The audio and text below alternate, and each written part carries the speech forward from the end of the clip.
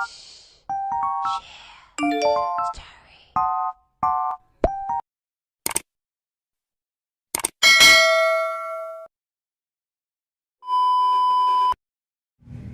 guys, good morning. It's Tuesday and katatapos ko lang din guys mag-prepare. So, samahan niyo ako guys na pumasok na sa work. So, since it's Tuesday, we are wearing a white t-shirt only. So, let's go guys.